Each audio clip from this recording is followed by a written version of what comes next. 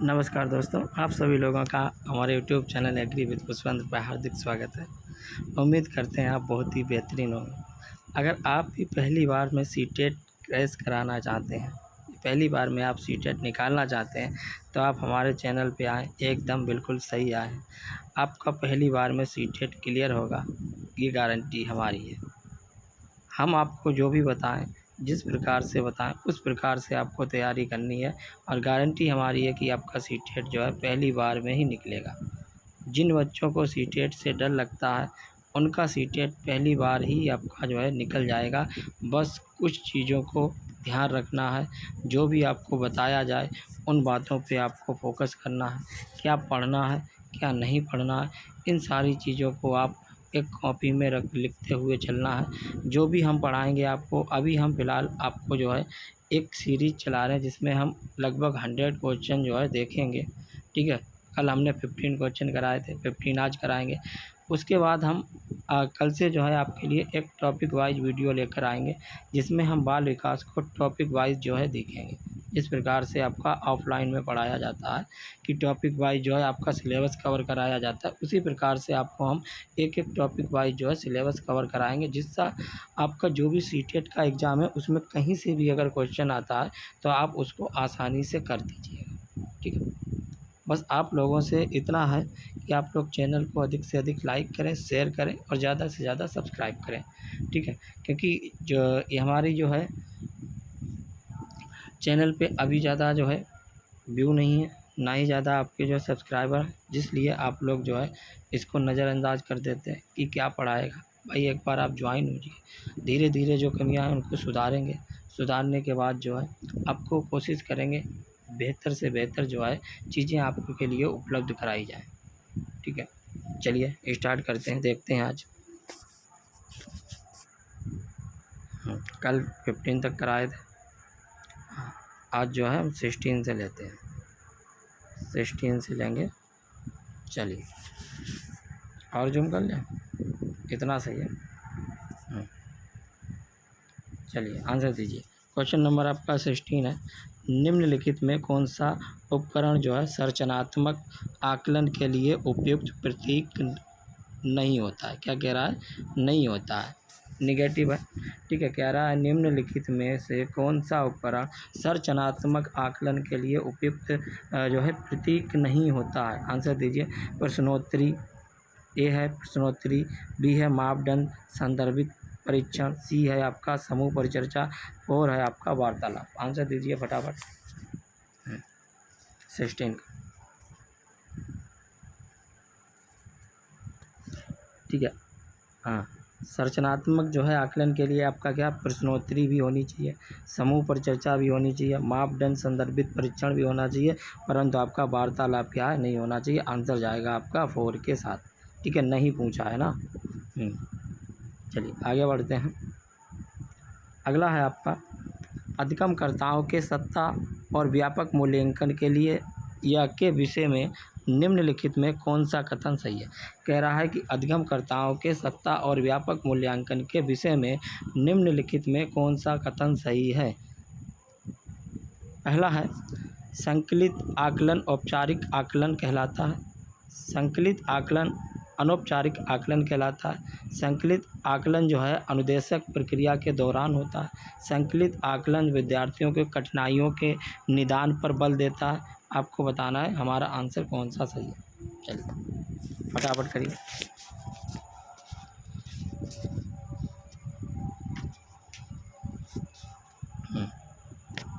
तो आंसर हमारा जाएगा एक के साथ, क्या जाएगा, एक के साथ जाएगा संकलित योगात्मक, जो आपका योगात्मक आकलन और औपचारिक आकलन कहलाता है। ये आपका जो है इसमें क्या होता है, जो आपके बच्चे होते हैं, जैसे आपका कोई भी जैसे एग्ज़ाम देखें आप स्कूल में, आपका एग्ज़ाम होता है, पूरे साल आप पढ़ते हैं, जैसे ही आपका सत्र क्या होता है समाप्त होने वाला होता है, तो आपका जो है उसके बाद आपकी क्या होती है, जैसे सत्र समाप्त हो गया तो आपके जो है ज्ञान को देखा जाता है कि आपके अंदर कितना ज्ञान है या नहीं है। ये आपका सत्र समाप्त होने के बाद किया जाता है। जैसे पूरा सिलेबस हो गया आपका, उसके बाद परीक्षा ली हमने, परीक्षा लेने के बाद देखते हैं कितने नंबर आए, क्या आपको मिला क्या नहीं मिला, ठीक है। तो ये आपका क्या है, आंसर जाएगा एक के साथ संकलित जो है आपका आकलन औपचारिक आकलन, ठीक है। अगला है आपका 18 है।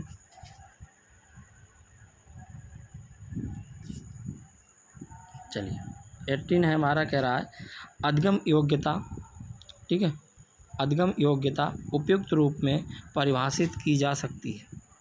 नंबर 1, यह बाह्य और जो है शैक्षणिक और सांस्कृतिक जो है आपका वचना से होती है, ठीक है। ये आंतरिक और केंद्रीय तंत्रिका तंत्र की आपकी जो है दुष्क्रिया से होती है।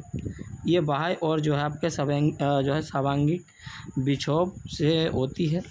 ये आंतरिक और मानसिक जो है मंदता से होती है। आंसर देना कौन सा हमारा आंसर सही है। 18वें का फटाफट दीजिए। आंसर जाएगा इसका आंसर जाएगा हमारा आंसर नंबर 2 के साथ, 18वां का दूसरा।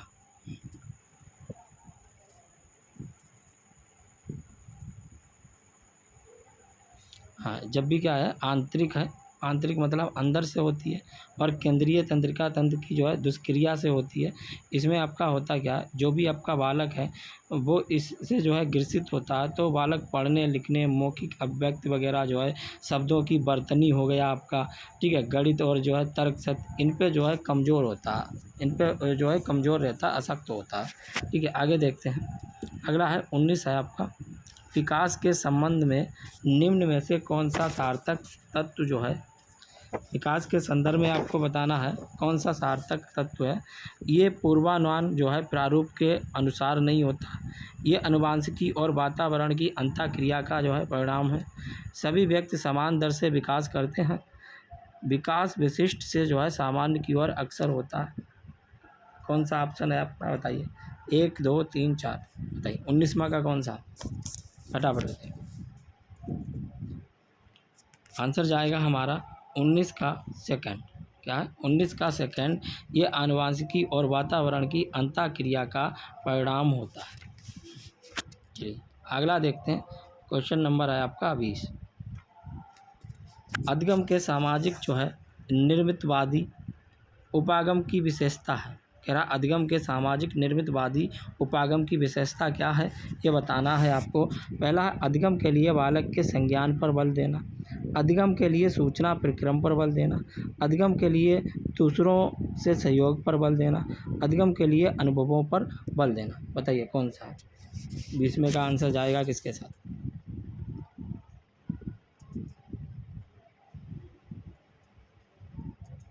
क्या कह रहा है, सामाजिक निर्मितवादी। तो आंसर जाएगा हमारा किसके साथ, 30वें का हमारा आंसर जाएगा 3 के साथ। आंसर नंबर 3, अधिगम के लिए दूसरों से सहयोग पर बल देना चाहिए। ठीक है, आगे चलते हैं, देखते हैं 21 आया आपका। 21 कह रहा है समावेशन का तात्पर्य है एक विशेष आवश्यकता वाले बालक को नियमित कक्षा में शिक्षित करना। ठीक है, क्या कह रहा है कि समावेशन का क्या तात्पर्य होता है। इन्होंने बताया कि जो है व्यसन का तात्पर्य यह है कि विशेष आवश्यकता वाले बालक को नियमित कक्षा में शिक्षित करना। क्या है आपका, पहला है कुछ समय के लिए, अधिकांश समय के लिए, पूरे समय के लिए, विद्यालय में सामाजिक गतिविधियों के दौरान सिर्फ कितने समय तक करना चाहिए उसे शिक्षित। बताइए 21 का आपका समावेशन।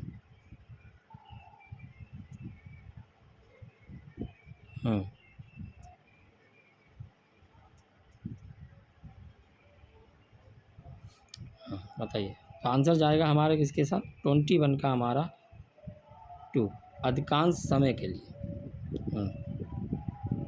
अधिकांश समय के लिए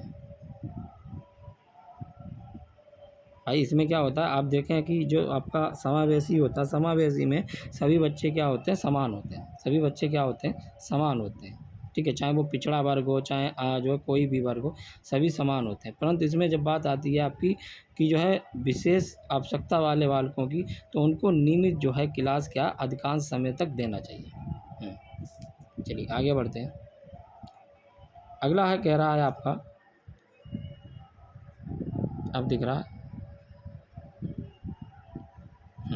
अब चलिए 22 कह रहा है चोम्स्की के अनुसार भाषा अर्जित करने का एक अंतर्जात, कह रहा चोम्स्की के अनुसार भाषा अर्जित करने की एक अंतर्जात क्षमता जो मानव को जैविक वंशागत के फलस्वरूप प्राप्त हमारी अद्वितीय क्षमता है को हम क्या कहते हैं, ये बताना है आपको। पहला है आपका भाषा अनुकूलन श्रेणी, भाषा अर्जन साधन, भाषा स्वीकार जो है इच्छा, भाषा अर्जन क्षेत्र। बताइए फटाफट बताइए। आंसर नंबर ए 2 आपका जो है 1 2 3 4 कौन सा है?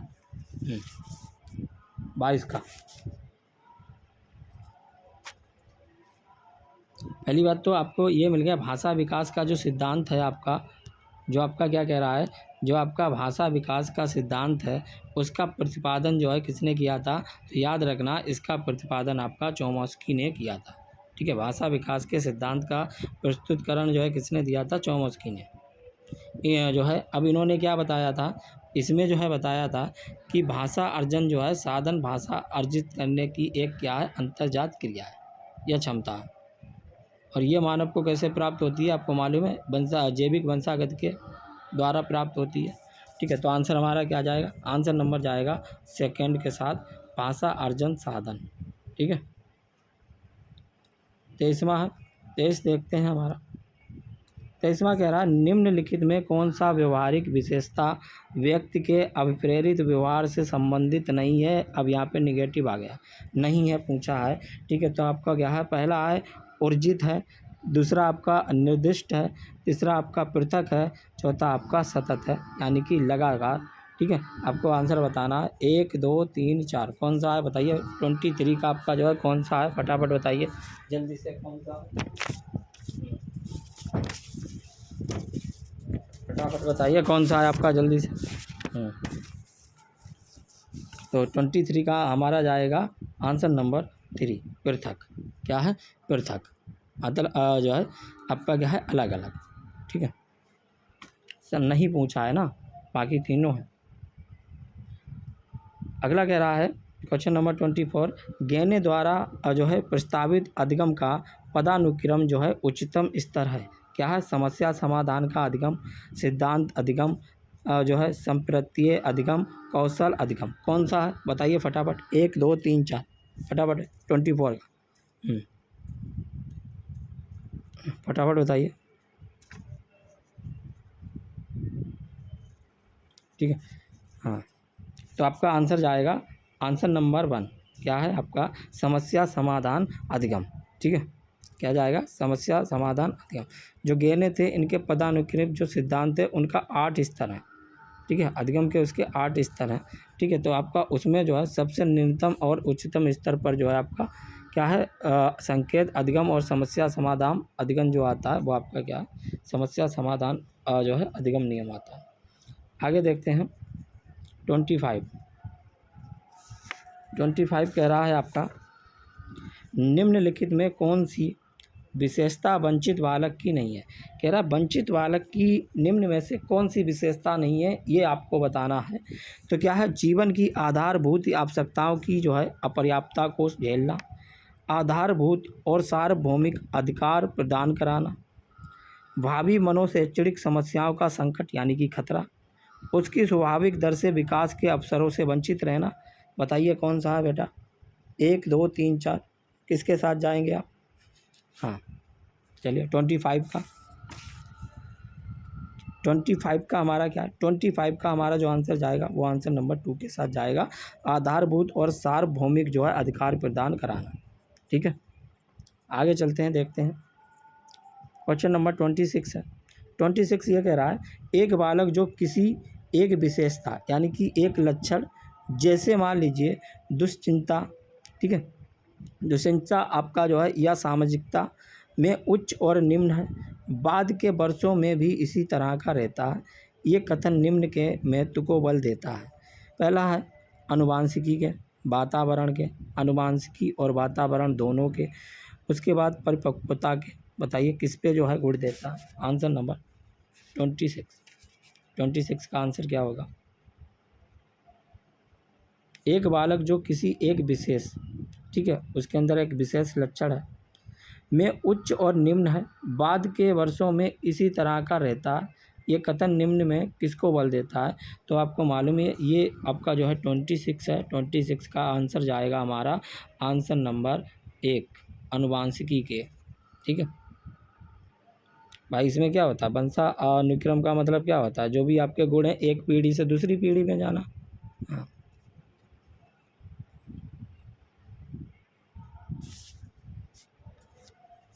भाई, अगर कोई बालक में अनुवांशिक गुण जाएंगे शुरू में है तो आखिर में भी क्या है उसमें रहेगा। तो भाई तो पूछा जा रहा है निम्न और जो है उच्च और निम्न स्तर। हाँ तो आपका क्या आंसर जाएगा अनुवांशिक। चलिए आगे बढ़ते हैं। अगला है आपका 27 है। विकास के पक्ष जैसे कि शारीरिक, संज्ञात्मक, सामाजिक, जो है संज्ञात्मक है, सामाजिक है, संवेगात्मक है, निम्नलिखित में कौन सी प्रक्रिया से विकसित होते हैं ये बताना है आपको। पृथकता से, आंशिकता से, यादृच्छिकता से, और जो है समग्रता, और जो है आपका साकल्यता से या संपूर्णता से। बताइए 27 का आंसर जाएगा हमारा 4 के साथ। किसके साथ जाएगा? 4 के साथ। समग्रता और जो है आपका साकल्यता जो है इसके साथ जाएगा। आगे देखते हैं। चलिए अगला है हमारा क्वेश्चन नंबर 28। वाइगोत्स्की के अनुसार वह कार्य जो बालक के स्वयं के लिए अत्यधिक कठिन है परंतु किसी और प्रौढ़ और अधिक कुशल साथी को सहायता से करना संभव हो कहलाता है। यानी कि कहने का मतलब है कोई भी बालक है उसके लिए अगर कोई काम कठिन है परंतु कोई बड़ा व्यक्ति है या कुशल साथी है तो उसके साथ उस काम को करना संभव हो जाता है तो क्या कहलाएगा? निर्देशित जो है सहभागिता। ठीक है, इसके फोल्डिंग, पाड़ या ढांचा, आसन्न विकास, अंता जो है व्यक्तिनिष्ठता। बताइए 28 का। और आपको बता दें वाइगोत्स्की जो है यह किससे है? सामाजिक सिद्धांत से जो है दिया था, इन्होंने प्रतिपादन किया था। हाँ पूछा जाए वाइगोत्स्की जो है इन्होंने क्या सामाजिक जो है सिद्धांत, सामाजिक सांस्कृतिक सिद्धांत को प्रतिपादित किया था। चलिए तो आंसर नंबर जाएगा आपका 28 का आसन्न विकास क्षेत्र। ठीक है चलिए आगे देखते हैं। 29 है आपका। 29 ये कह रहा है संवेग की प्रकृति निम्नलिखित में से कौन से कथन से सही रूप में प्रकट होती है? कुछ एक संवेगों का ही व्यवहारात्मक पक्ष होता है। संवेग जीव का स्थायी अवस्था है। संवेगात्मक जो है प्रकटीकरण को अधिगम द्वारा परिवर्तित नहीं कर सकते हैं। प्रत्येक संवेग के साथ एक भावना निहित रहती है। बताइए आंसर कौन होगा फटाफट? आंसर 1 2 3 4 29 का।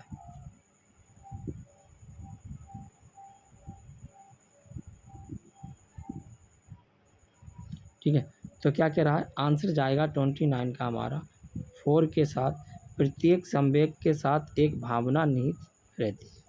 ठीक है आगे देखते हैं। अगला है हमारा कह रहा है 30 क्वेश्चन 30 समस्या समाधान में निम्नलिखित में से कौन सा पद सम्मिलित नहीं है? कह रहा समस्या समाधान में निम्न में से कौन सा पद सम्मिलित नहीं है? पहला है आपका आंकड़ों का एकत्रीकरण करना, परिकल्पनाओं का निर्माण करना, सत्यापन और सामान्यीकरण करना, उद्दीपक के प्रति अनुक्रिया करना। बताइए 30 का आंसर जाएगा किसके साथ? समस्या समाधान।